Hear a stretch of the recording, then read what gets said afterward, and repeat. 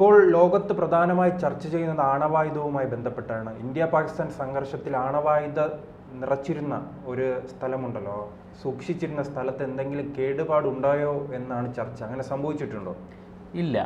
ഇപ്പോൾ ഈ പാകിസ്ഥാനിൽ നമ്മൾ ഈ ഇന്ത്യ പാക് സംഘർഷത്തിനിടയ്ക്ക് ഇന്ത്യ നടത്തിയ സൈനിക ഇടപെടൽ, സൈനിക നീക്കം, അതിൻ്റെ ഭാഗമായിട്ട് നമ്മൾ ചില മിസൈലുകളൊക്കെ അയക്കുകയും പാകിസ്ഥാനിലെ ഭീകര പരിശീലന കേന്ദ്രങ്ങൾ തകർക്കുകയും ചെയ്തു.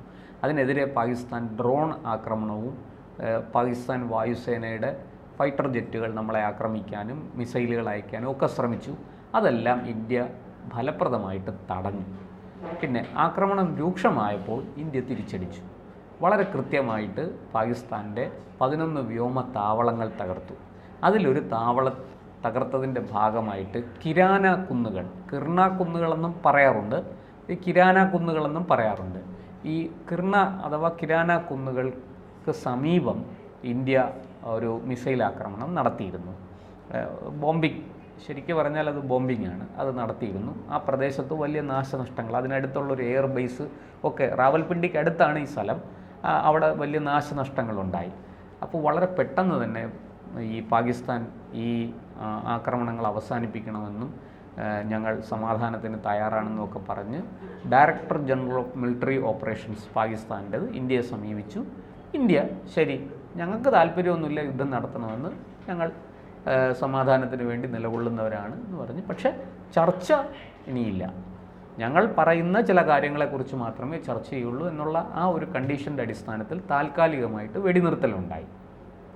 വളരെ പെട്ടെന്ന് തന്നെ പാകിസ്ഥാൻ അമേരിക്കയോടും മറ്റ് ചില രാജ്യങ്ങളോടുമൊക്കെ ഈ ആണവ വികിരണം പാകിസ്ഥാനിൽ സംഭവിച്ചിട്ടുണ്ട്, ഈ ആണവ ചോർച്ച ഉണ്ടായിട്ടുണ്ട്, അതുകൊണ്ട് എത്രയും പെട്ടെന്ന് അതിനെ നടപടി, അത് ലഘൂകരിക്കാനുള്ള അല്ലെങ്കിൽ അതിൽ നിന്ന് ജനങ്ങളെ രക്ഷിക്കാനുള്ള നടപടി സ്വീകരിക്കണം എന്ന് അപേക്ഷയുമായിട്ടെത്തി. അങ്ങനെ അമേരിക്കയുടെ നേതൃത്വത്തിൽ അവിടെ പരിശോധന നടത്തി. ഇപ്പോൾ അവിടെ ആണവ വികിരണം ഉണ്ടായിട്ടില്ല എന്ന് സ്ഥിരീകരിച്ചു. അതായത് നമ്മുടെ ഈ അന്താരാഷ്ട്ര ആണവോർജ agency, international atomic energy agency എന്നാണ് അതിൻ്റെ പേര്, അത് അവരാണ് വന്ന് പരിശോധന നടത്തിയത്. അതിന് പ്രത്യേകം വിമാനങ്ങളും മറ്റും അതിലേക്കുണ്ട്.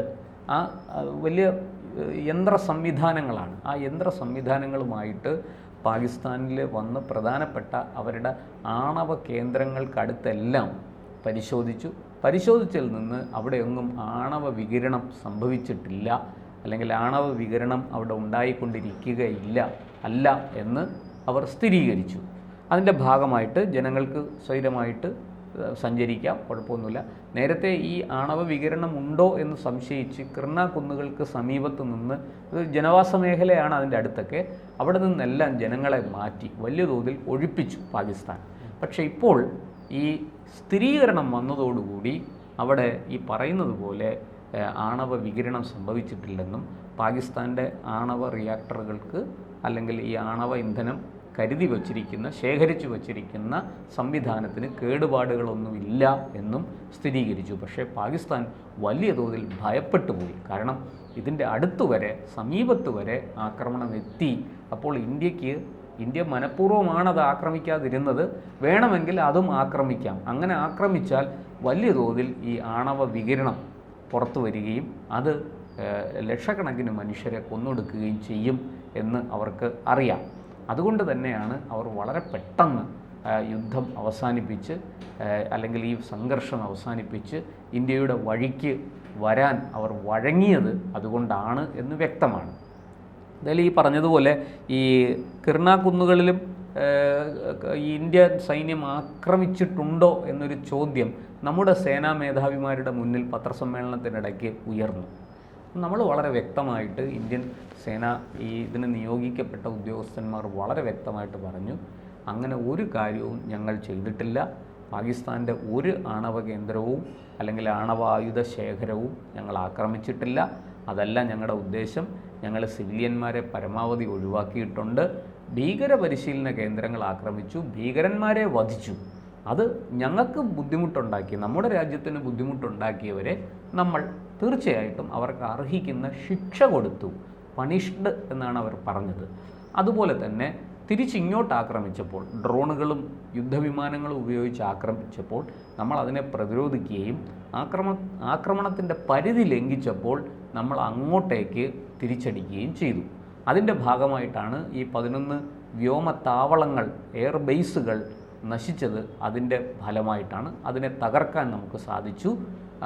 അവിടെ വലിയ തോതിൽ നാശനഷ്ടങ്ങൾ ഉണ്ടാവുകയും ചെയ്തു. ഇതാണ് ഇന്ത്യ നേരത്തെയും ഇപ്പോഴും നമ്മുടെ സൈനിക മേധാവിമാർ എടുത്തിരിക്കുന്ന സ്റ്റാൻഡ്. അതാണ്. അവർ ഒരു കാരണവശാലും പാകിസ്ഥാൻ്റെ ആണവ സംവിധാനത്തെ ആക്രമിക്കില്ല, ഞങ്ങൾ അങ്ങനെയൊന്നും ചെയ്യില്ല, അത് നമ്മൾ അന്താരാഷ്ട്ര സമൂഹത്തിന് കൊടുത്ത ഉറപ്പാണ്, അത് ഞങ്ങൾ പാലിച്ചിരിക്കും എന്നും വളരെ വ്യക്തമായിട്ട് സേനാ തലവന്മാർ പറഞ്ഞു. നമ്മുടെ ഈ പറഞ്ഞതുപോലെ നമ്മുടെ രാജ്യത്ത് പ്രധാനമന്ത്രിയോ അല്ലെങ്കിൽ പ്രതിരോധ മന്ത്രിയോ ഒന്നുമല്ല പത്രസമ്മേളനം നടത്തിയത്. വളരെ കൃത്യമായിട്ട് ഈ അതിനായി നിയോഗിക്കപ്പെട്ട സൈനിക തലവന്മാർ അവരാണ് പത്രസമ്മേളനം നടത്തിയത്. അവർ വളരെ വ്യക്തമായിട്ട് കാര്യങ്ങൾ സാങ്കേതികമായിട്ട് അപഗ്രഥിച്ചാണ് പറഞ്ഞത്. ഒരു തരത്തിലും അവർ എന്തെങ്കിലും നമ്മുടെ കയ്യിൽ നിന്ന് പിഴവ് പറ്റിയെന്നോ നമ്മൾ ഒരു എടുത്തുചാട്ടം കാണിച്ചെന്നോ ഉള്ള ഒരു സംഭവങ്ങളും ഉണ്ടായിട്ടില്ല എന്നവർ വളരെ വ്യക്തമാക്കുകയും ചെയ്തു. ഇത് നമ്മുടെ ഈ പത്രസമ്മേളനത്തിൽ നമ്മുടെ പത്രക്കാർ മാത്രമല്ല, വിദേശ രാജ്യങ്ങളിലെ പത്രക്കാരും ഒക്കെ പങ്കെടുത്തതാണ്. അപ്പോൾ അതുകൊണ്ട് തന്നെ അവർ വലിയ ആകാംക്ഷയും ആശങ്കയും പങ്കുവച്ചു. അതിനൊന്നും ഒരു അടിസ്ഥാനവും ഇല്ല എന്ന് ഇന്ത്യ വ്യക്തമാക്കി. ഒരു കാരണവശാലും ആണവ കേന്ദ്രങ്ങളും ആണവായുധ ശേഖരങ്ങളും നമ്മൾ ആക്രമിക്കില്ല എന്ന് മറുപടി നൽകി. പക്ഷേ പാകിസ്ഥാന് വലിയ തോതിൽ സംശയമുണ്ടായി. അതുകൊണ്ടാണ് അവർ ഈ ഇന്റർനാഷണൽ ഏജൻസിയെ സമീപിക്കുകയും. എന്തായാലും അത് ആക്രമണം കൊണ്ടായിരിക്കുമല്ലേ പാകിസ്ഥാൻ കൃത്യസമയത്ത് തന്നെ ചർച്ചയ്ക്ക് ലോകരാജ്യങ്ങളോട് അവർ വല്ലാണ്ട് പാകിസ്ഥാൻ ഭയന്നു എന്നുള്ള കാര്യം സത്യമാണ്. അതുകൊണ്ടാണ് പാകിസ്ഥാൻ അമേരിക്കയോടും റഷ്യയോടും ഒക്കെ സഹായം അഭ്യർത്ഥിച്ചത്. ഈ ഭീകര പരിശീലന കേന്ദ്രങ്ങൾ ആക്രമിച്ച് 9 കേന്ദ്രങ്ങൾ ആക്രമിച്ച് ഈ ഭീകര തലവന്മാരെ വധിക്കുക കൂടി ചെയ്തു കഴിഞ്ഞപ്പോൾ തന്നെ പാകിസ്ഥാൻ അപകടം മനസ്സിലായി. പക്ഷെ എങ്കിലും അവർ വലിയ ഗീർവാണമൊക്കെ അടിച്ച ആൾക്കാരാണ്. നമുക്കറിയാമല്ലോ, ഒരു നാഴികയ്ക്ക് 40 വട്ടം ഞങ്ങൾ ആണവശക്തിയാണ്, ഞങ്ങൾ കാണിച്ചു തരാം എന്നൊക്കെ പറഞ്ഞതാണ്. അപ്പോൾ നമ്മുടെ പ്രധാനമന്ത്രി രാജ്യത്തെ പൗരന്മാരെ അഭിസംബോധന ചെയ്തപ്പോൾ പറഞ്ഞ കാര്യം, നിങ്ങൾ ആരും ഭയപ്പെടേണ്ട, ഒരാണവായുധവും ഇങ്ങോട്ട് വരില്ല, അതിനുള്ള അവസരം നമ്മൾ കൊടുക്കില്ല, പിന്നെ ആണവായുധം ഉണ്ട് എന്ന് പറഞ്ഞ് ഭീഷണിപ്പെടുത്താൻ ഇങ്ങോട്ട് വരികയും വേണ്ട. അത് പാകിസ്ഥാന് മാത്രമല്ല, ചൈനയ്ക്കും കൂടിയുള്ളൊരു മുന്നറിയിപ്പാണ്. നിങ്ങൾ കൂടുതൽ കളിക്കണ്ട, ഈ ഭീഷണിയൊക്കെ കയ്യിൽ വെച്ചാൽ മതി, അതും കൊണ്ട് ഇങ്ങോട്ട് വരണ്ട, വന്നാൽ നല്ല തിരിച്ചടി കിട്ടും എന്ന് വളരെ കൃത്യമായിട്ട് വരികൾക്കിടയിൽ അദ്ദേഹം പറഞ്ഞു. പറയേണ്ടതെല്ലാം അദ്ദേഹം പറഞ്ഞു. അത് കേൾക്കേണ്ടവർക്കൊക്കെ കേട്ടു, അവർക്ക് മനസ്സിലാകുകയും ചെയ്തു. ഇനി മനസ്സിലായില്ലെങ്കിൽ കൊള്ളുമ്പോൾ പഠിച്ചോളും. കണ്ടാലും കൊണ്ടാലും പഠിക്കാത്ത ചിലർ ലോകത്തുണ്ട്. അവർക്ക് കിട്ടുന്ന വലിയ അടിയാണ് ഇതുപോലെ ഈ പറയുന്നത് പോലെ ആണവ വികിരണമൊക്കെ സംഭവിച്ചാൽ പാകിസ്ഥാൻ എന്ന് പറയുന്ന രാജ്യം പിന്നെ ഭൂമുഖത്ത് കാണില്ല, അതൊരു ശവപ്പറമ്പായി മാറും. അതുകൊണ്ട് തന്നെ അവർ വല്ലാതെ ഭയന്നു. അവർ ഉടൻ തന്നെ ഇൻ്റർനാഷണൽ ഏജൻസിയെ സമീപിച്ചു. ആ ഇൻ്റർനാഷണൽ അറ്റോമിക് എനർജി ഏജൻസി വന്നിട്ട് പരിശോധിച്ചിട്ട് അവർ ഉറപ്പ് പറഞ്ഞു, ഇല്ല, ഒരു കുഴപ്പവുമില്ല, ഒരു ബുദ്ധിമുട്ടുമില്ല, ഇതെല്ലാം സുരക്ഷിതമാണ്, നിങ്ങൾക്ക് ധൈര്യമായിട്ട് മുന്നോട്ട് പോകാം, പ്രശ്നങ്ങളൊന്നുമില്ല. പാകിസ്ഥാനിൽ ആണവ വികിരണം ഉണ്ടായാൽ അത് ഇന്ത്യയും ബാധിക്കും, ഇന്ത്യയിലേക്കും അതിൻ്റെ വികിരണം വന്നെത്തും. കാരണം വളരെ ചെറിയ ദൂരമേ ഉള്ളൂ. അതുകൊണ്ട് തന്നെ നമ്മളും ആ കാര്യത്തിൽ വലിയ ജാഗ്രതയോടെയാണ് പ്രവർത്തിക്കുന്നത്.